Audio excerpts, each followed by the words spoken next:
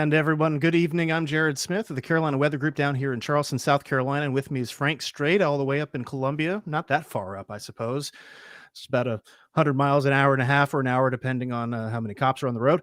But tonight, we are here for an unusual Sunday show because we have some unusual weather coming up on Tuesday. Frank, I got to tell you, at first I thought the models were just playing with us, but then when I see everything in lockstep with some of what they're showing for Tuesday, you start to get concerned, and we're starting to already see some weather alerts pop up from the Weather Service on what could be a very significant weather event on Tuesday.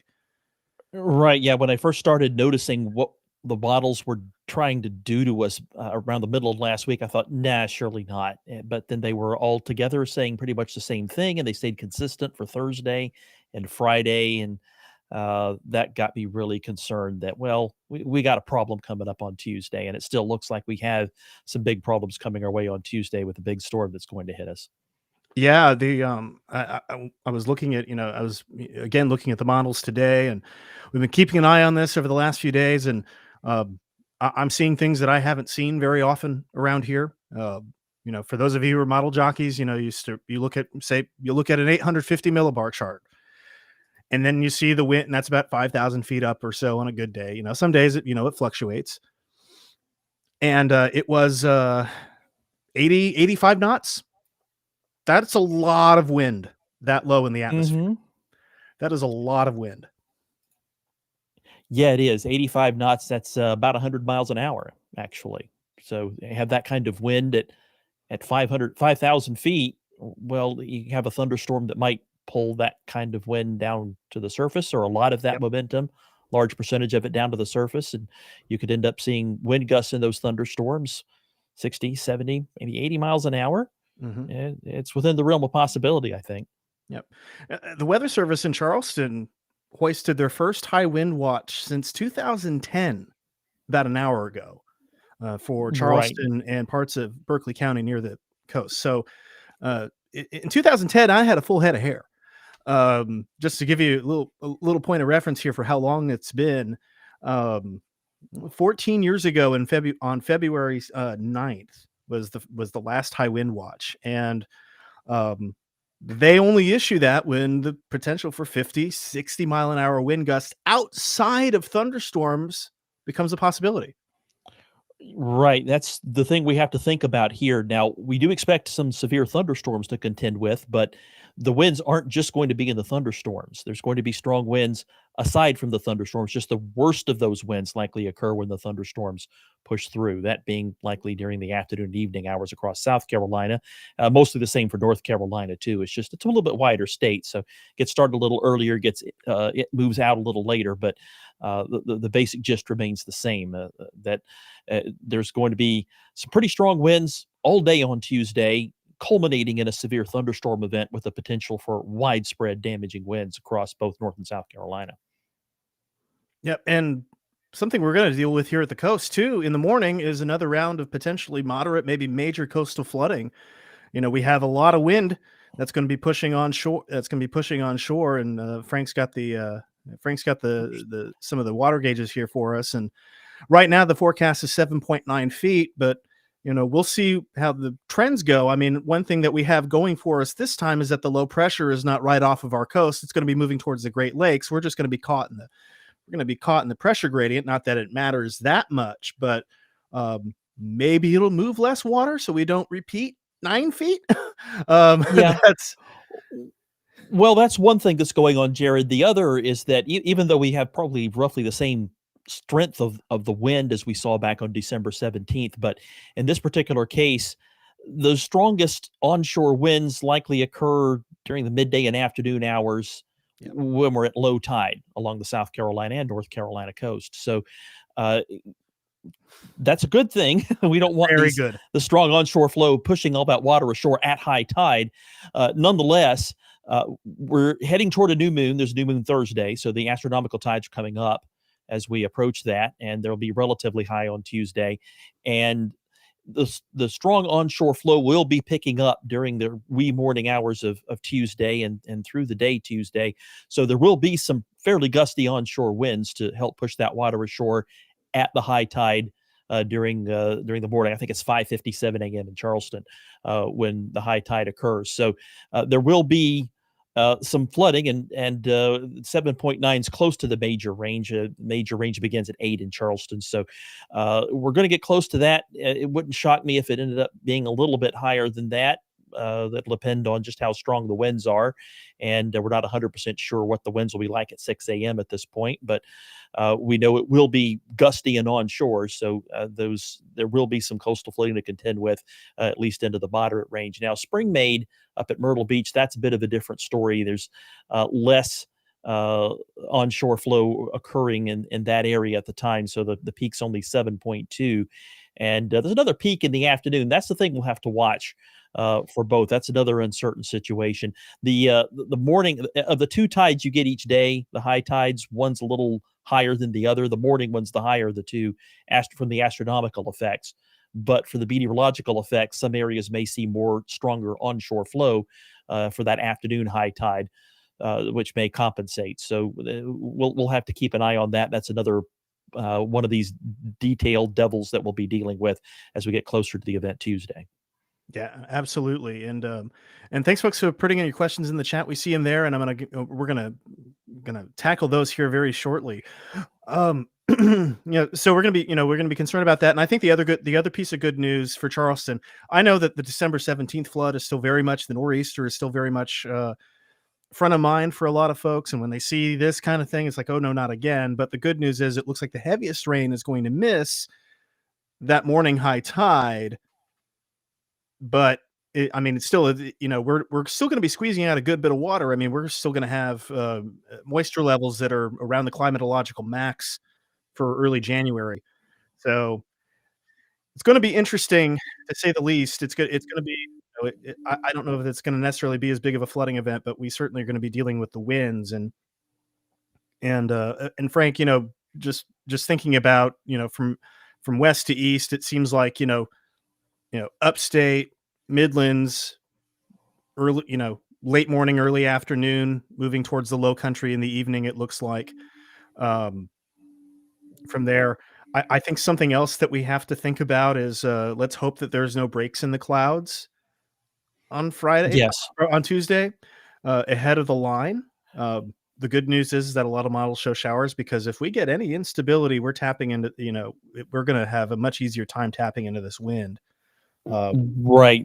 That's what we're lacking right now, was a ton of instability. It's going to be the storm is so strong, it's going to be just yanking a bunch of warm and humid air out of the Caribbean and the Gulf of Mexico regions, so into the Carolinas. So it's going to be warm and thus a little bit unstable. But because we expect it to be cloudy, the instability is going to be limited. If we see the sun pop out for a while Tuesday afternoon to midday, anywhere, especially along the eastern Carolinas, then it gets warmer than we expect. Then we may really have some problems with severe thunderstorms in the afternoon. And in addition to that high wind risk, there's an enormous amount of shear present as well, and that means we have a tornado risk too.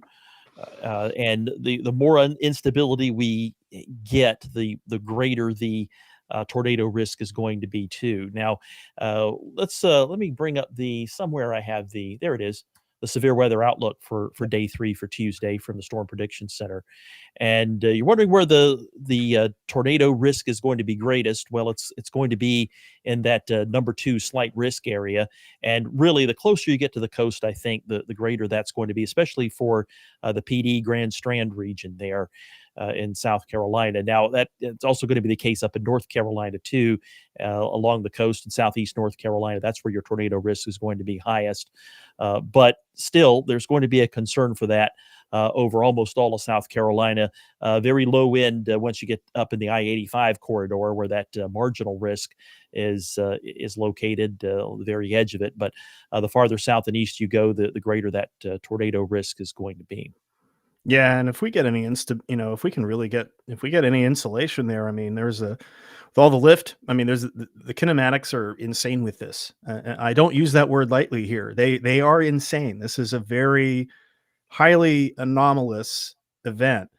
And so, I mean, we run the risk of seeing, we could see a couple supercells try to get out of this. You know, it was looking at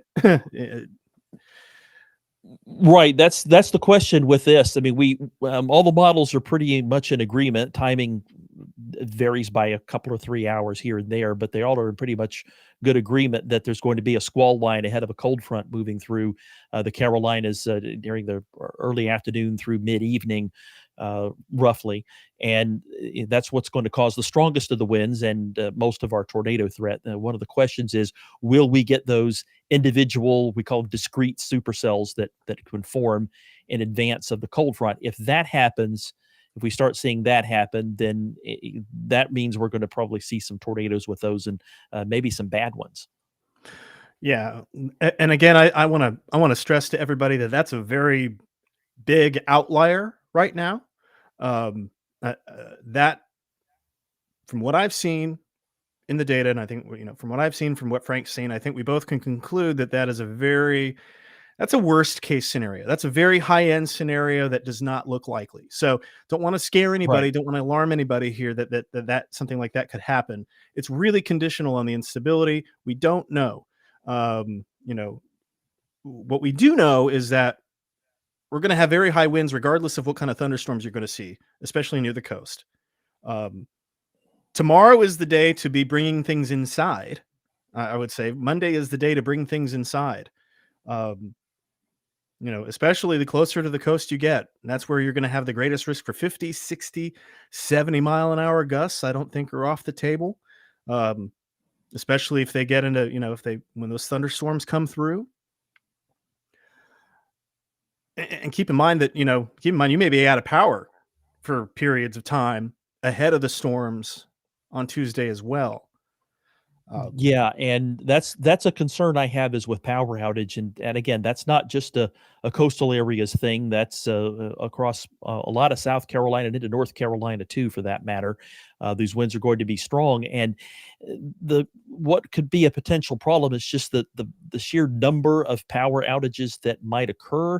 If we end up with a large number of them, well, then you only have so many crews, and those of us in the Carolinas, some of us rely on help coming in from other places, but especially in South Carolina, that may not be available because up in North Carolina, they're going to be dealing with high winds too. In Georgia, it's going to be high winds and tornadoes to deal with this storm, furthermore, the conditions might be too dangerous for the crews to go out and do anything about the power outages. So if your power goes out, it could be out for a while, not just an hour or so, but maybe 8, 10, 12 hours. Yeah. Something you have to think about. It is very strange to be talking about these things in January. I'm used to having this discussion in the context of a tropical system. I think, I think you explained it best in your email earlier today about this system, that it will have the similar effect of a strong tropical storm having impacts on the Carolinas. I think Right, that, you're going to have that kind of wind. You're going to have some rain too. We haven't talked about rainfall yet, and something we'll yeah. need to in a minute. But you're going to have the wind, you have the rain, you have a quote unquote storm surge. In this case, not as bad as it was December 17th. That really was like a storm surge. Mm. But the coastal flooding, the severe thunderstorms too. It really is in a lot of ways like a tropical cyclone. Yeah, it is. It's a tropical cyclone that just happens to be moving over the Great Lakes. Yeah, That's sort the of. crazy part of all of this. Is that's how that looks. So what I'm going to do here, real quick, I'm getting I'm getting some model graphics up here real fast, and we'll kind of go through kind of the timeline of this, and we'll look at it from the perspective of the Carolinas. We zoomed in on the Carolinas. I'll have the low pressure. I'll have well, I'll definitely have the low pressure up. That's for sure. I'll have the sea level pressure. I'll have the 10-meter winds, and yeah, we'll be able to talk a lot about what this looks like. So let me switch to my corner key here. So camera 2. I will be transitioning there now. There we go. All right. So Frank, I mean, this is I'm just looking at right now. I'm looking at 6-hour rainfall. This is off the NAM 12. Let's go to reflectivity here, and you can see this is at 7 a.m. on Tuesday. these are 30-knot winds coming right ashore. This is around high tide, a little after, about an hour after high tide, at Charleston. So you Yeah, see these 30 knots, lines, about 35 miles an hour. yeah, and these lines here, these are isobars. These are lines of equivalent pressure. When you get them that tightly packed, that is, I mean, that we just don't see. We are used to seeing that from tropical cyclones. That's something that we are very used to seeing. There's your low in the Great Lakes. I'll put the P type on so you can see where it'll snow. There's the high, and then we're just caught right in the middle of it here. So moving on a little bit to now, I think the NAM is 2 o'clock. I mean, again, the timings on these are going to change. This is the 18Z NAM. We're going to get the new NAM in here pretty soon. The timing on this is still going to be a little variable depending on what model you're looking at. Like right now, this model has the line coming into like Charleston and through Columbia 8 p.m. But I've seen, if I go to the GFS, for example, the 18Z GFS, it's already offshore by then, and we're dealing with it earlier in the afternoon. So Yeah. I want folks to know that the timing on this is still something that we are working out, as far as the exact timings of things. That's still very much an open question. But you can see that wind really start to kick up 35, 40, and this is not gusts. This is, these wind barbs here. I mean, this is getting to 40-mile-an-hour sustained winds at the coast. Onshore, beach erosion issues, which we're already dealing Mhm. with after the 17th, and it's going to make that worse. Um, just a whole number of problems here that are going to come up, from this as the squall line moves through. So let's talk about rain too, because that was something, I can do 6-hour rain totals. And Frank, if you got the storm total rain, that might be good too. Yeah, I somewhere I've got one for South Yeah, Carolina. There it is. yeah. Let me I'll put you back up here and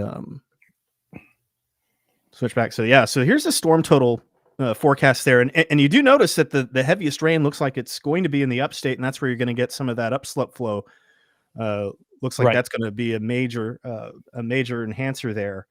Some of the models have, I mean, they have 3 and 6 hour early rain rates, 1 to 2, 3 inches easily. Um, Mhm. so yeah, And this yes, it has the potential to cause some flash flooding issues in the upstate and across parts of western North Carolina too.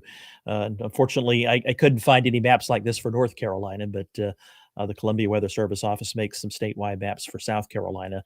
Mhm, And this is one of the good ones here that shows the mhm, storm total rainfall. Another thing that you mentioned in passing there is some winter precipitation concerns, that mainly being up in western North Carolina, only a sliver of South Carolina, yeah, in the mountainous areas in South Carolina, and there's not much real estate that's truly mountains in South Carolina. But there in western North Carolina, we are going to see a period, especially in some of these sheltered valleys where it's below freezing as the rain gets underway. It's not going to last long, but there will likely be a period of icing early Tuesday, maybe going past daybreak in some areas. So that's another facet of the storm we have to deal with. It's just barely cold enough to have to deal with some minor icing issues early on Tuesday. yep. And for those of you in the North Carolina mountains, I mean, you're going to just by virtue of elevation, to be right in the middle of some of these stronger winds too. So, I mean, we may see some fairly significant wind issues, you know, just by default, uh, up in the up in the mountains there. I think that's Yeah. going to be something that we're going to have to keep a close eye on. As a matter of fact, there is a high wind watch out for much of western North Carolina too, the Yep. higher mountains along the Tennessee line, and the other side of the line in Tennessee. The Morristown office also has some high wind watches out at this point. Um, Concern there for wind gusts of maybe even 70 miles an hour in some of the higher elevations, which makes sense. We mentioned that your 5,000-foot winds in some cases are 60, 70, even 80 knots, and well, there are mountain peaks higher than that Yep. in the southern Appalachians here. So we may well see some of those really high winds affecting those areas. Again, coming out of the southeast at first, Then when the cold front passes through, you get the strong winds coming from the northwest. Yep. Yeah, this is going to be a pretty multifaceted event. Let me let me get to a couple of the questions here that we've got. One here's a really good one from Vanessa here, and it was lagging on me. I don't know why it was lagging on me, but there we go. Inland, will we have high sustained winds or just gusts? And yes, I think inland you're going to see 25 to 35 mile an hour sustained winds. Your gusts may not be quite as high. They're going to be my guess is that most places will go under wind advisory levels, which at least in my neck of the woods is 40 miles an hour, but that's still plenty high. And if you get rain moving through, and if you get any of these thunderstorms, that's when you're really going to get these gusts too. Yeah, exactly. And that was my impression, Jared. We're going to see those strongest winds along the coast, but the inland areas, yes, you're going to get some strong winds too, likely frequent gusts in the 35 to 45 mile an hour range, and maybe some gusts 50. Could see that the Yeah. CSRA, Midlands of South Carolina, going up maybe to the Charlotte area, over toward Fayetteville and up to the Outer Banks. I think some of those strong winds are going to happen there. The farther north and west you go, I think the less wind you get. And once you get, there's going to be a little pocket in the usual areas that get cold air damming in these situations, northwest of I-85, up to the Hickory area, west of the Triad.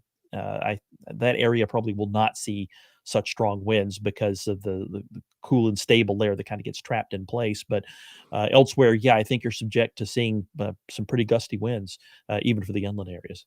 Yeah. And the question is, for how long? And that could be much of Tuesday, honestly, until this front is through. Right, most of the day, the way this is working, there's a warm front that's lifting northward. It's way down over the Florida Straits now and the southern Gulf of Mexico, but this approaching storm kind of yanks that northward in a hurry tomorrow into Tuesday, and then early Tuesday, that warm front goes through. And once you get the warmer air moving in, you're subject to seeing those stronger winds, and yeah, it could go on for much of the day. That warm front lifts northward through the Carolinas in the morning, it looks like, and then until that cold front pushes through in the afternoon, we're subject to seeing those strong winds. Yep. We have another question about the outlook. So, do we think that the Storm Prediction Center will upgrade the risk on the next day two outlook? I try not to forecast forecasters. Exactly. Yeah. Yeah, predicting the behavior of other meteorologists is even more difficult than forecasting the weather sometimes. Yeah. Um, I will tell you the way I see it from having stared at it all afternoon long. As I said, I think that the risk is higher. It doesn't really show up in the day three outlook, but I think the risk of tornadoes and damaging winds is higher close to the coastal areas. It wouldn't shock me if we ended up seeing an enhanced risk issued uh, when this becomes the day two or day one time frame, and once there's more certainty on this. If it were a 1 to 10 scale instead of like a 1 to 5 scale that we see, I think that the coastal areas, the one would be, if you got the outlook there, one would be this enhanced risk area 1 and 2, and then 3 and 4 would be the slight risk area. I think there might be more like 4 along the Mhm. coast, and maybe 3 along I-20 here in South Carolina, and up to the Fayetteville area, just south of Raleigh, and over to the Outer Banks. So, but not quite enough for 5, which would be the equate to the enhanced risk. So, we'll see how it goes. And again, it's one of those things. If it looks like Tuesday morning, the SPC is reviewing this for an outlook update, and they see, well, it looks like the sun's going to pop out. Yeah, they'll probably will have to bump it up to enhanced. Yeah. And folks, again, I think the most important message here is that, it doesn't necessarily matter what the outlook is at the end of the day. Um, it is interesting to see how that will get carved out. I mean, I think that they will probably go to enhanced when they go day one, as long as just given just how widespread the wind field is and how simple it will be to get wind damage. I really don't think Mhm. it's going to take a lot to get wind damage, and I think that's going to be they'll be able to bring up those probabilities. But again, the reason why they haven't pulled the trigger on any higher probabilities just yet, and they have the ability to do that, is that instability question. Right. Is the sun going to pop out? Are the rain showers are we going to get what's called crapvection, which storm chasers call it crapvection because it ruins their day, but for But for us, we like it. We like crapvection. That means that we've tamped down that unstable air, and so I'm personally rooting for crapvection. Well, But the we'll see. problem is that in this case, those high winds are so close to the surface that maybe crap vection will be enough to bring those high winds down to the Exactly. surface. So Exactly. maybe we don't Yeah. want the crap vection after all. Yeah. I think it's a 6 of one, Yeah. half a dozen of the other situation. But Yeah. Yeah. we will see. Dinky little shower, 63-mile-an-hour wind gust. Oh yeah. I mean, you're going to Potentially, get, hopefully not, but yeah. I mean, you're going to get. I would not be shocked if we were getting severe thunderstorm warnings for non-thunderstorms. That right, things that happens. aren't causing any lightning, right? Yeah, and I could very well see that happening on Tuesday. So again, we're gonna close this out here in a minute, but this is a good way. I think we can let. I think closing on this note here is a really good idea. So again, timing of the worst of the advanced storms, and then the strong line of advance in the front any clearer yet. So I think we're within a few hours, and the models have been really good. I mean, they've been very consistent on this. I've been stunned. And how consistent the models have been. Yeah. Generally, Julie, I'm not sure where you are, but I know that. But generally speaking, Frank, and please add color or correct me if if you've got a better idea, and I'm sure you probably do. But I would say that you're looking at upstate and upstate CSRA probably around 2 p.m. Okay, so Julie's in Raleigh. All right, so so yeah, I would say probably between 4 and 8 p.m.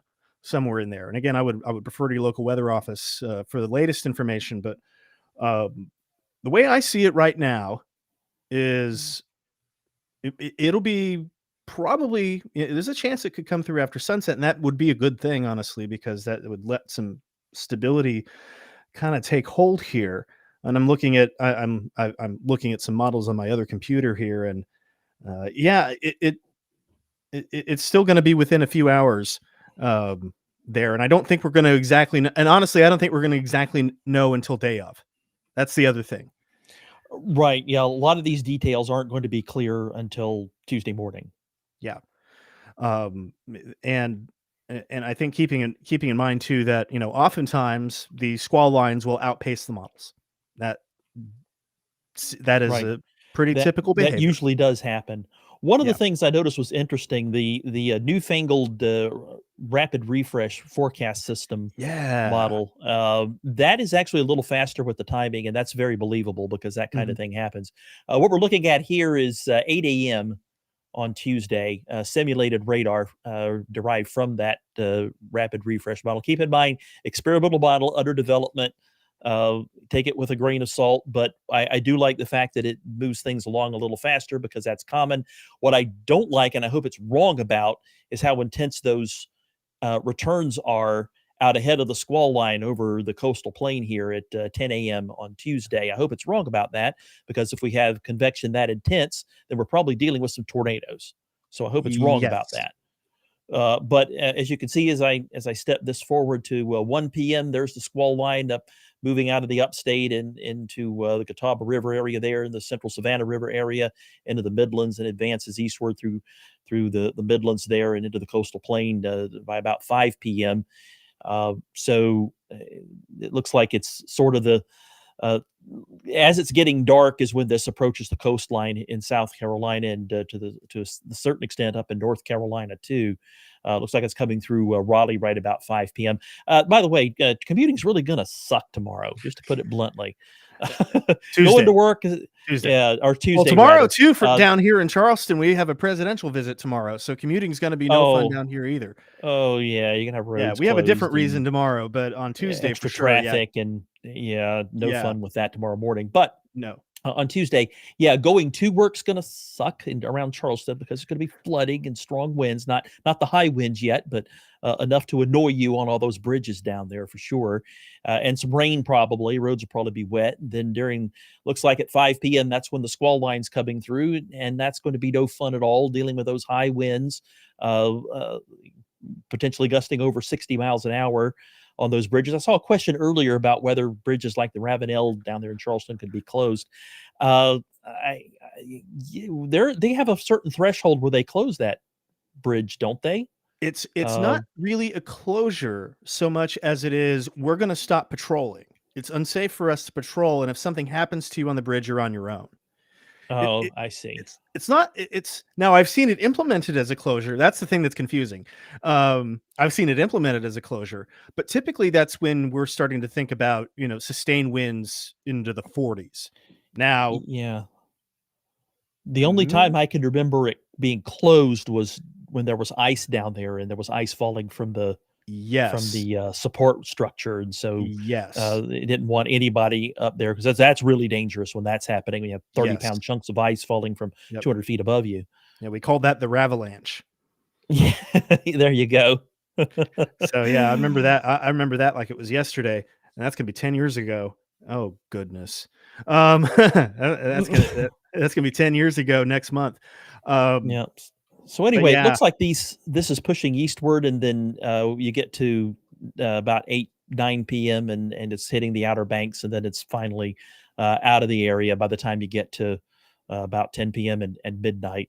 Um, Also worth mentioning, as you can see here at the end of the run there, hour 60. That's 1 a.m. on Wednesday. And note there's some snow shower and rain shower activity with the upper level system there moving in from Tennessee and Georgia. So there could be another round of northwest flow snow showers in the mountains there Tuesday night into a Wednesday morning as some chillier air comes in behind this storm. And again, strong winds with that too. They probably will once again see gusts of 50, maybe 60 miles an hour from the northwest in the mountains of North Carolina. It won't be as windy outside of the mountains with the west winds, but in the North Carolina mountains, it will be pretty windy and likely some snow shower activity to deal with too. yep, yep, a little bit of everything. They don't call it a winter storm for nothing. We're not gonna. A lot of us are not gonna feel any winter from this, but a few of you will. That is for sure. One last question: will you be live on Tuesday? We're gonna have. We'll very likely have some radar running, and we'll have a ticker with warnings and everything like that. I think the individuals of us in the Carolina Weather Group, I think we're going to try and go live at times. Um, we may not be able to go live for tornado warnings. Um, we have day jobs. I Right, don't think exactly.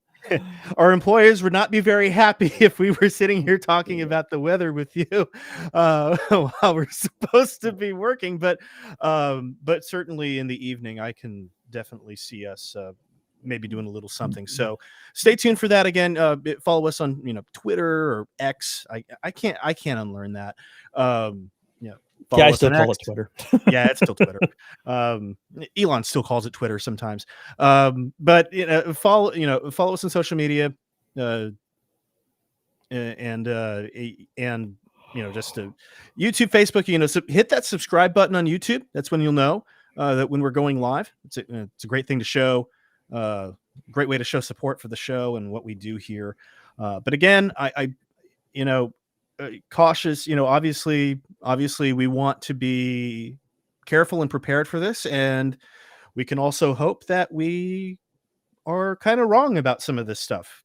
I sure hope it doesn't end up the way it is, but we have to respect what everything is telling us, what the data is telling us here, and it looks like Tuesday is going to be a rough day. So, Frank, any final Yeah, thoughts? we Yeah, yeah, well, like you said, our accuracy rating is not 100%, and we hope that we're wrong about this one. yeah. But anyway, we will probably we'll have updates for you. Again, social media. Take a look. Take a look. Twitter, Facebook, uh, YouTube. All over the place. Carolina Weather Group, just punch that in, you'll find us. We'll have updates for you from around the Carolinas, meteorologists from the Weather Service, meteorologists from local television stations, and hey, maybe even me and Frank.